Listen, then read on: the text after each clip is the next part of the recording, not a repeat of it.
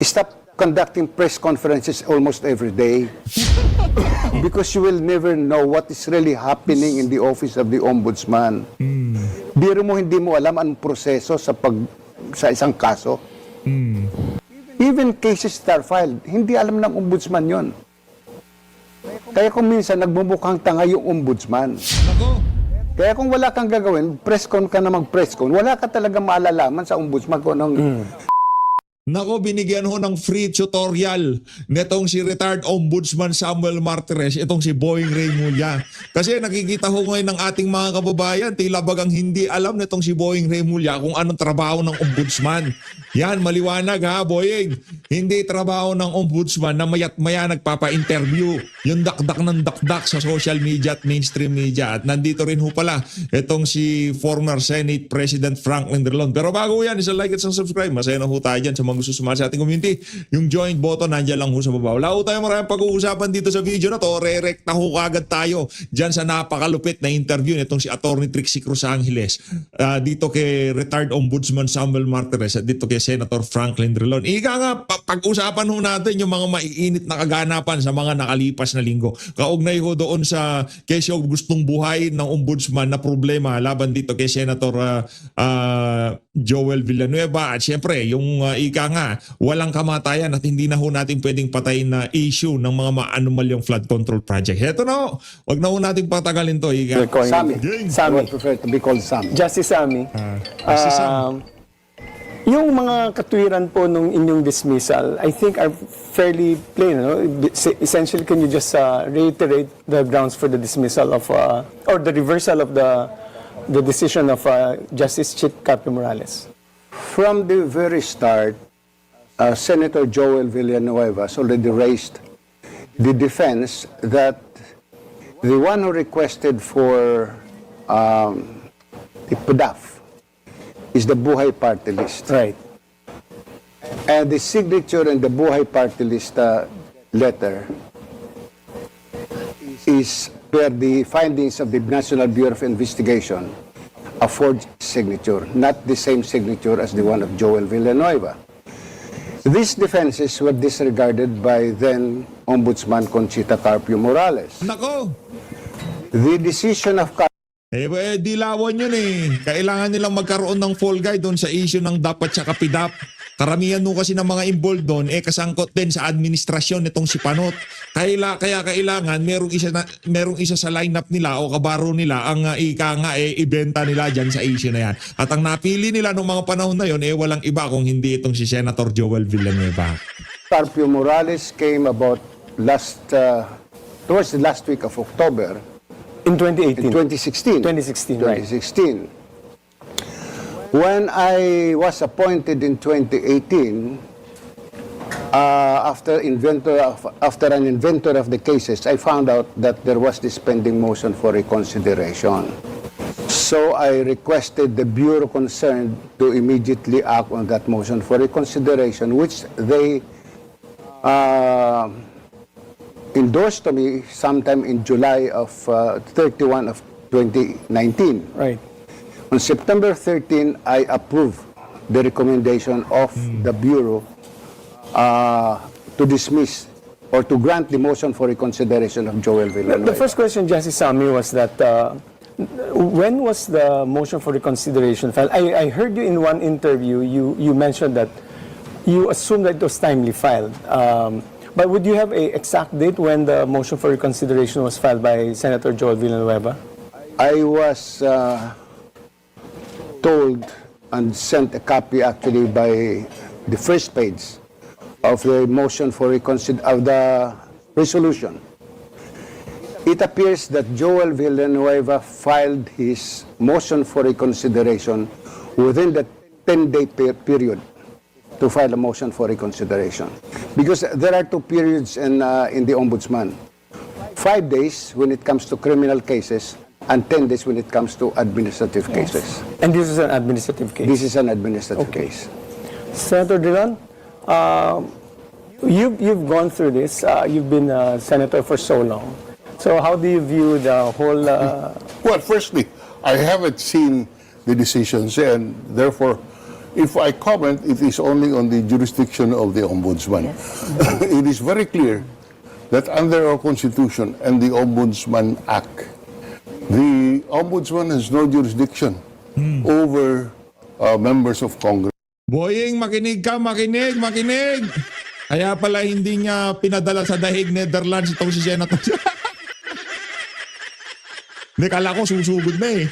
Kala ko ipapadala na sa dahig eh. Sen Joel, huwag ka masyado maglilipad ha. Pero huwag ka maglala, wala. Ito galing dito mismo kay former DOJ Secretary Franklin Drilon, former Senate President Franklin Drilon, na walang jurisdiction. Kaya nagmamadali itong si Boying na ipakuha yung papel tsaka ballpen eh. Susulatan niya daw eh. Kasi walang kapangyarihan ang ombudsman laban dito sa mga senador na to. Sila lang ang pwedeng makapagtanggal sa mga sarili nila. You may not like that rule, but that's the rule in our Constitution. That members of Congress can only be questioned in the Senate or in the House. What are you suggesting? What are you suggesting? I am not suggesting anything. That's the reason why the Senate at the time did not favorably act on the recommendation or on the dismissal order, because the legal counsel of the Senate in a memo said that they have no jurisdiction over senators. And I think Tito Soto was then the majority leader and brought this before the plenary. And indeed, as a lawyer, when I was reading the Constitution, really, the Ombudsman has no jurisdiction over senators and Congress. Having said that, it is clear that the Senate has not acted on this. The issue has not been brought to the Senate on the merits as to whether or not there is a basis for the malfeasance charge of Villanueva. Sad to say, we are not bound. I mean, that's really sad. But we are not bound by what the Ombudsman says. We have our own proceedings. A case can be filed before the Senate today. As Justice Carpio said, there is no prescription insofar as the grounds insofar as the Senate is concerned. Now, the issue as to whether or not, these offenses were committed allegedly during the time that Senator Villanueva was still a congressman. Right. And therefore, it can be asserted that having been elected as a senator, the alleged offenses committed before he became a member of the Senate was abolished by the fact of his election to the Senate. This is the Aguinaldo Doctrine, which has been vacated. Yes. And for the benefit of our audience, Aguinaldo pertains to Governor Aguinaldo of Cagayan, That's right. who was subject of a disciplinary action, but raised the issue of his having been re-elected as governor of Cagayan, and the court in the first line of cases said yes, that's why there is the so-called Aguinaldo Doctrine, but which subsequently was vacated. So now the issue is the question: can somebody bring a case against Joel on the basis of that incident? My answer is yes. The issue of whether or not the Aguinaldo Doctrine is still applicable is a matter that would be put on the table. But the decision will be up to the Senate. And they will be deciding on the basis of the case filed directly in the Senate and the evidence presented in the Senate, but not on the basis of the Ombudsman's decision. Because correctly, the Ombudsman, with all due respect, has no jurisdiction over senators and Agreed. Just to clarify. Hoy, Boyeng! Boyeng, ano na? Pambira ka, bida-bida ka kasi. Ang problema ko kasi kay Boyeng Rermulla sulat ako. Buhay niyang na yan, labang kay Joel Villanueva. Kaya pala itong si Conchita Carpio Morales, ang nagawa lang niya, sulatan yung, yung kung sino man ang Senate President noong mga panahon na yun. Kasi walang jurisdiction ang Ombudsman yung mga impeachable government official, ay hindi pala impeachable, yung mga hindi impeachable government official, kasi pati yata yung mga impeachable, siya impeachment lang yung pwede tanggalin. Pero pwede daw siya imbestigahan. Kumbaga, yung investigasyon na gagawin, para yun ang gamitin sa impeachment trial. Talaga si Boy, hindi lang magaling mag-bend ng law. Magaling pang yung dinadivert nila yung attention ng mga kababayan natin. Ngayon, tapos na kay Senator Joel, na kuryente siya doon. Ano na naman kayang kabalbalang maiisip nitong si Boying Rermulla? Abangan lang natin. Ombudsman Conchita Carpio Morales sent a copy of the decision to the Senate in 2016, to which the Senate replied that they have no jurisdiction.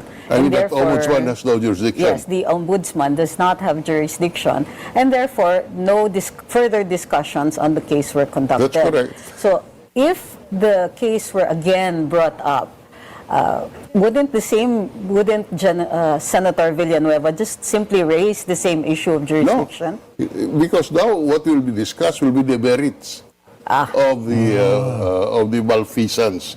The jurisdiction will no longer be questioned. Yes. I repeat, I agree. the reason why the Senate did not implement Conchita Carpio Morales' decision, even if it was correct, the reason why we did not act on it is because of lack of jurisdiction.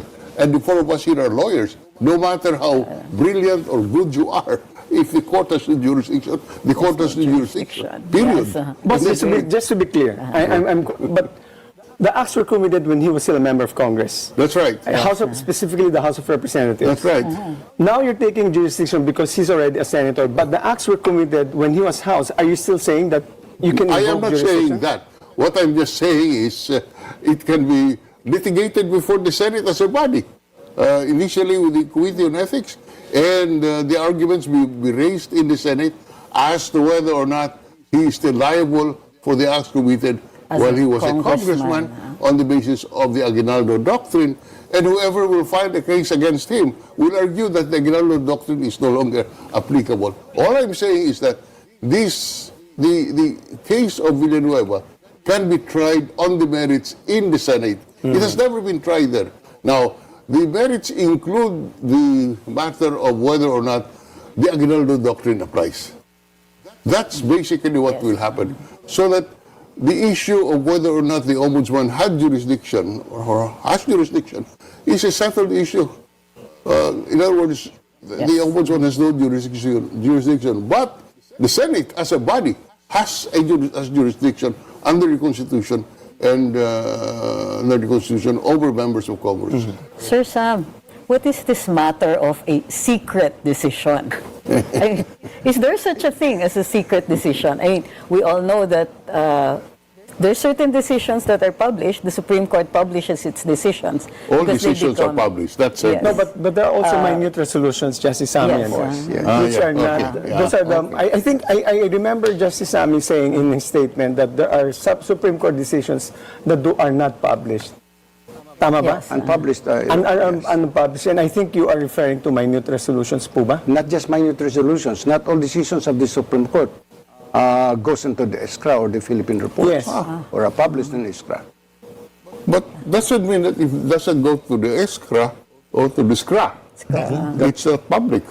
I mean, the publication is through SCRA and through, but I think all decisions are published in the General Records or GR. Yes, in the GR. In GR, yes. So how I think the first person to describe it as secret was either Ombudsman Boy or the other. Actually, what really happened is, in the chronology of events, Ombudsman Rermulla was saying that he will request the Senate President to implement the dismissal order issued by Carpio Morales. And this was because he didn't know that there was already an existing reversal order. But then when somebody told him that that order was already reversed in a motion for reconsideration that was granted by Ombudsman Martires, he suddenly shifted and said, that is a surprise or a secret decision that just saw on my table. Of all cases, this is the only decision that fell on his table. There are other decisions that I issued, that I signed that he didn't fall on his table. And besides, if just the motion for reconsideration was given to him, why didn't he ask the records of the case from the Central Records Division? Why must he say that there is a secret decision? That is the reason why I am actually becoming violent in my talks, in what I say, because it connotes that an anomaly or irregularity was created. He further said, the only ones who knew about the resolution of the Ombudsman is Ombudsman Martires and Joel Villanueva. That is not true. That is an insult on the investigating officer who made the recommendation to her director, who likewise recommended that to the assistant ombudsman before they forwarded it to the office of the ombudsman. Okay, medyo umiinit na si Justice Sammy, medyo ano siya, no? Kita mo yung kanyang vigor. And I saw FMD also put out his ballpen. Talagang magkakaroon tayo ng magandang pag-uusap. So, we'll take a break first. The spokes will come back later. Oh, ano na ho, forward na ho natin. Medyo mabigat-bigat ang usapan dito kasi malulupit na abogado ho nandito sa ano na to, dito sa video na to. Tuloy natin. Ako, yan na. Welcome back. You're watching The Spokes. So we're talking about the decision of, the controversy around the alleged secret decision.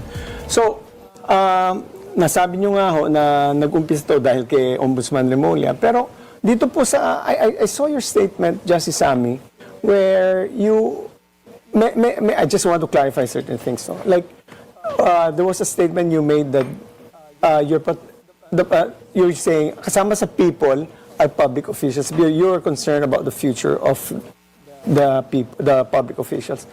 But if I recall, our constitution was very clear, no? The ombudsman, being the protectors of the people, shall act on complaints of public officials. So there's a clear demarcation between people and public officials po. So medyo parang may inversion po nung idea, the definition of people doon eh. Well, people will refer people as a whole. Right. But we're talking here of the fight against graft and corruption. Right. So we have to protect the people from corrupt government officials. Correct. Okay? So yun ang sinasabi ko. But in my own context, I just don't have to protect the rights of the people, the complainants. I also have to protect the rights of the respondent. But the rights of the respondent are already covered by the due process. I mean, Yes. as an ombudsman, you have to ensure that due process notice, lahat po ng Yes, kailangan sa yes. due process are already there. So, Yes. Once you've made sure that the process was fair, that due process already satisfied. Actually, I made that statement in relation to the question that why am I not publicizing? Why am I not talking about it? Why should I talk about a case where I am not sure whether on the guilt of the accused? Remember that our role is only to determine probable cause for purposes of filing an information. But this was a reversal. This wasn't the case going further to the Sandigan Bayan. So my question is, for instance, if somebody's case was reversed, I should be happy, and there shouldn't be any reason why you should not release. Because I recall, in the case of Secretary Jun Abaya, it was a decision that you made under your administration, under your term as ombudsman in November 2020. Yes. It came out in January 12 of 2021. In fact, because I knew it because Jun Abaya told me that, and it was published also, media carried that news here. None of the media was able to catch it. You've already dismissed or reversed the decision. That's my discomfort because on one hand, you release the reversal order of Jun Abaya. In this case, you did not publish the reversal order of Senator Joel Villanueva. No, in the case of Abaya, I did not have it published. But it was reported in the news. It was the reporters who got Correct. a copy of the decision. Correct. In the case of Villanueva, I was asked actually by the Media Bureau, are we going to publish this? I said, no. Why not? Why not? If I publish it, if I talk about it, sasabihin ng tao, kinakatigan ko si Joel Villanueva. Okay? Kinakampihan ko si Joel Villanueva. At the time I signed, I approved that resolution Yes. granting the motion for reconsideration, hindi ko kilala si Joel Villanueva. The first time I met him was in the Senate during the budget hearing. I don't know Joel Villanueva. Kaya lang, pag binigyan ng kulay, di ba? In much the same way ngayon, yung secret decision, binigyan ng kulay eh. But haven't you noticed that I am now the flavor of the month? Yeah. And the flavor of the month before was flood control projects, Yan, ghost nako. projects. Nakalimutan na natin yon. The flavor of the month was the trillion Secret peso decision. march. Yan. Nakalimutan na ng Nakalimutan tao. na. Hindi pa naman po. So is this not a way to divert the attention of the people? You know? Senator Drilon, What? your thoughts, kasi nakangiti kayo kanina eh. Which part? Flood control. May notes ka pa nga dyan, no? You know, we want to talk about flood control? My goodness gracious. You know, it's the worst corruption episode that I have heard in my life, and I never saw this in my 24 years in the Senate, nor in my 34 years in public service. Talagang garapal na. Garapal And na. I guess the question that would Ngayon, kung garapal na, sino dapat mabigyan dito sa isa na to? Di ba dapat talaga merong mabigyan dito eh. Pagka walang nabigyan dito, magtutuloy-tuloy lang ho ito mga kababayan. Ngayon, kung sinasabi nitong si former Senate President Franklin Drilon, napakagarapal. Pinakamalalang korupsyon sa nangyari na naalala niya sa kasaysayan ng sang sinuko bilang. Hindi, meron pong, hindi, linampasan ho, linampasan niya yung pagnanakaw na nangyari noong panahon ng kanyang amang magnanakaw ni si Marcos Sr.